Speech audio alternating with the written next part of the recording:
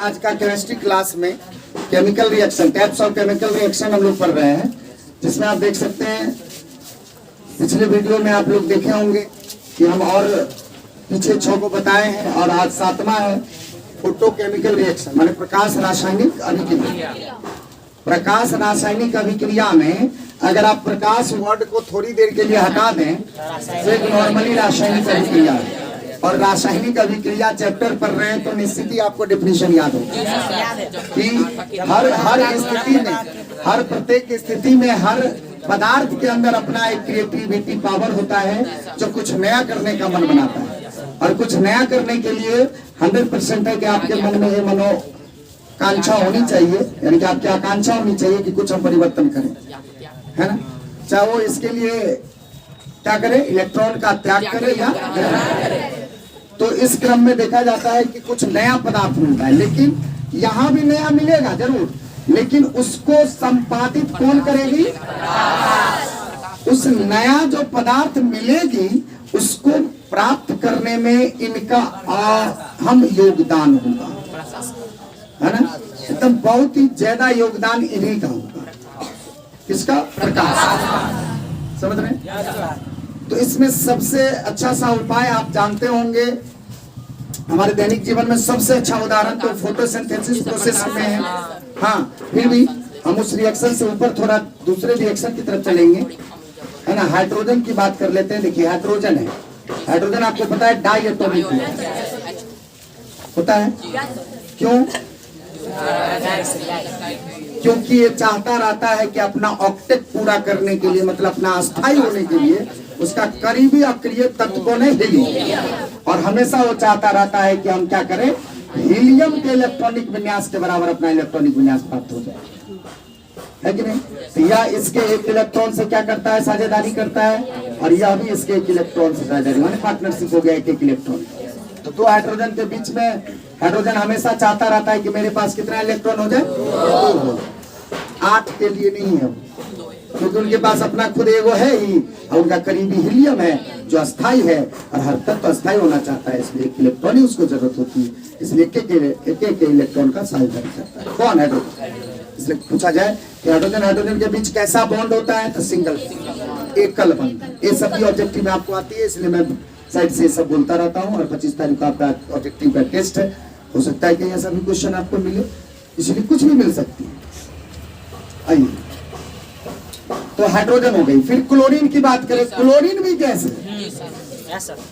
Chlorine gas के बारे में हम कई दिन बोले हैं कि विरंजक चूर्ण, ब्लीचिंग पाउडर में जो गंध निकलती रहती है वो क्लोरीन की गंध होती है कि नहीं, जो हमारे दैनिक जीवन में कभी कभी आपको एक गंध पता चलती है। ये दोनों को देख लीजिए, हाइड्रोजन को गैस को और क्लोरीन गैस को अगर आप अंधेरे कमरे में रख देते हैं तो क्या होगी, ये रासायनिक अभिक्रिया नहीं होगी। समझ रहे हैं? लेकिन इसी हाइड्रोजन को और इसी क्लोरीन को अगर आप इस धूप में रख देते हैं, अगर प्रकाश में रख देते हैं, यह बना देती है हाइड्रोक्लोरिक अम्ल। ताकि ये जो रिएक्शन है हाइड्रोजन क्लोरीन के बीच, ये किसके प्रेजेंटेशन में हो रही है? सीधी सी बात समझ सकते हैं। तो वह रासायनिक अभिक्रिया, वह रासायनिक अभिक्रिया जो प्रकाश की उपस्थिति में हो, डिफिनेशन तो एकदम नॉर्मल है। आप देख सकते हैं, हमने तो उल्टा बोला ना आपको कि इसको अगर आप अंधेरे कमरे में रख दें, है ना, अंधेरे कमरे में, है ना, तो लिख देते हैं रिजल्ट में कोई रिएक्शन नहीं, ठीक है, कोई रिएक्शन नहीं करेगा। जो ही हम इसको ला देते हैं कि हाइड्रोजन और क्लोरीन को अगर हम ला देते हैं कहाँ पर, हाँ, सूर्य के प्रकाश में अगर ला देते हैं तो इस स्थिति में तुरंत तैयार होता है HCl। आप बैलेंस करेंगे तो आज जो ये हाइड्रोक्लोरिक अम्ल बनी, मतलब हाइड्रोजन क्लोराइड भी आप नॉर्मली बोल सकते हैं, ये जो बनी वो किसके प्रेजेंटेशन में बनी? तो क्यों नहीं हम कहेंगे जो प्रकाश की उपस्थिति में हो, है ना, वह प्रकाश रासायनिक अभिक्रिया कहलाता है। इसका सबसे अच्छा उदाहरण आपको मिल गया। एक और हम लोग लेना चाहेंगे जो आपको पता है कि पौधों के लिए खास है कि नहीं। पौधे की जो जड़ें होते हैं वो कहाँ होती है? मिट्टी में। और इस प्रकार से इसकी जो जड़ें होते हैं वो कहाँ होती है? मिट्टी में। और मिट्टी में आपको जल होता है, क्योंकि जल की जो मात्राएं हैं बताना चाहेंगे। नीचे नमी युक्त मिट्टी कभी भी अगर होती है जड़ जो विकसित होती है चारों ओर, तो उसमें जो रोम होते हैं, रोम मतलब जो एक बाल रूपी पतली जो शाखाएं होती है, उसकी नेचर होती है कि मिट्टी से तमाम जो भी जल है, पोषक तत्व हैं, जो आवश्यक चीजें हैं, उसको जाइलम उत्तक के माने जाइलम उत्तक के माध्यम से उसको ऊपर पहुंचाने का काम करता है, जो हम 10वीं कक्षा के बायोलॉजी में हम लोग ये सब पढ़ेंगे आगे। तो अभी फिलहाल हम ये कहना चाहेंगे कि अगर पौधा आपके पास है तो पौधा में ये सब सबसे पहली प्राथमिकता आपको जल मिल गई। देख रहे हैं जल कहाँ से मिल गई? जल से मिल गई। जल हम लोग शुरुआती दौर में पौधों को जब लगाते हैं तो कुछ दिन देते हैं, उनकी जड़ें विकसित हो। कभी भी जल जो देते हैं पौधे के पत्ती पे नहीं देते हैं, उनके जड़ में देते हैं। उनका जड़ विकसित हो जाए तो फिर सब विकसित हो जाए। सबसे इम्पोर्टेंट पार्ट वही है जल, ठीक है। तो H2O उसको मिल जाएगा जल से, माने जड़ से। और क्या होगा? देखो, हर सजीव श्वसन और पोषण करता है, ये दो चीज। उत्सर्जन भी करता है, जनन भी करता है, परिवहन भी करता है, बहुत सारे लक्षण है सजीव के। लेकिन सबसे पहला प्राथमिकता है सांस लेना और भोजन करना। जैसे हम लोग में सांस लेना एक अनवरत चलने वाली प्रक्रिया है, लेकिन भोजन एक निश्चित समय पर चलने वाली प्रक्रिया है कि नहीं? वैसे ही जैसे हम लोग करते हैं वैसे पौधे भी करते हैं। पौधे भी सांस अनवरत लेती है, वो भी, समझ रहे? और भोजन एक निश्चित समय तक लेते हैं, वो भी। तो भोजन निश्चित समय तक का मतलब जब तक सूर्य का प्रकाश है, मतलब दिन में वो भोजन लेती है। लेकिन सांस लेने की प्रक्रिया दिन और रात दोनों में चलती है, समझ रहे? दिन में जब वो सांस, दिन में जब वो भोजन अपना तैयार करती है, उस समय एक उस समय उसको सांस में जो ऑक्सीजन चाहिए, वो ऑक्सीजन उसको अच्छा तरीका से प्रकाश संश्लेषण के द्वारा जो ऑक्सीजन छोड़ा जाता है वायुमंडल में, वही ऑक्सीजन का यूज वो सांस में कर देता है और हमारे लिए भी छोड़ देता है। मैं भी वही ऑक्सीजन यूज कर रहा हूँ। कौन ऑक्सीजन? जो दिन में पेड़ पौधा ने प्रकाश संश्लेषण के बाद अभी बनने वाली है। देखो भी प्रकाश संश्लेषण, फोटोसिंथेसिस, एक तरह से पौधे का भोजन कैसे तैयार होता है, सो है ना। और उस भोजन तैयार करने के बाद जो ऑक्सीजन छोड़ देता है वायुमंडल को संतुलित करने के लिए, और खुद भी सांस लेता है। तो दिन में तो बेचारा ले लेता है। जब दिन में प्रकाश संश्लेषण हो रही है, मतलब भोजन बना रहा है, ऑक्सीजन छोड़ रहा है, तो वही ऑक्सीजन सांस में तो दिन में ले लिया। कौन? पौधा। हम भी लिए, हम भी उसी के ऑक्सीजन का हम भी यूज किया, और वो अपने ऑक्सीजन का अपना खुद यूज किया। लेकिन वही ऑक्सीजन रात में तो भोजन बनाने की प्रक्रिया बंद हो गई, क्योंकि सूर्य का प्रकाश रात में नहीं है। उस समय भोजन नहीं बनेगी, चलो प्रकाश संश्लेषण नहीं होगा, लेकिन सांस तो लेने वाली अनवरत प्रक्रिया है, सांस तो अनवरत चलने वाली प्रक्रिया है। तो उस समय वो सांस में जल से ऑक्सीजन लेती है, जल से, जो जल आपको जड़ से, और जल में H2O होता है, ऑक्सीजन फॉर्मूला है। तो उसमें से ऑक्सीजन जो है ना, ऑक्सीजन का अवशोषण करके जाइलम उत्तक के जरिए हर पत्ती तक आपको पौधे के विभिन्न भागों में पहुंचाती है, और पौधे सांस में ऑक्सीजन लेती है। दिन में तो दिक्कत नहीं है, उसको वायुमंडल का ऑक्सीजन का यूज किया। और जब ये दिन में अगर मान लीजिए रात में हुआ तो उसके जल से क्या हम गए ऑक्सीजन देने? तो किसी भी मायने में बताइए, चाहे भोजन मामले में हो या सांस लेने मामले में हो, क्या पौधे बेचारे हम पर डिपेंड हैं? किसी भी सूरत में हम पर डिपेंड नहीं। इसीलिए बेचारे क्या है? स्वपोषी, स्वपोषी, परपोषी नहीं, स्वपोषी।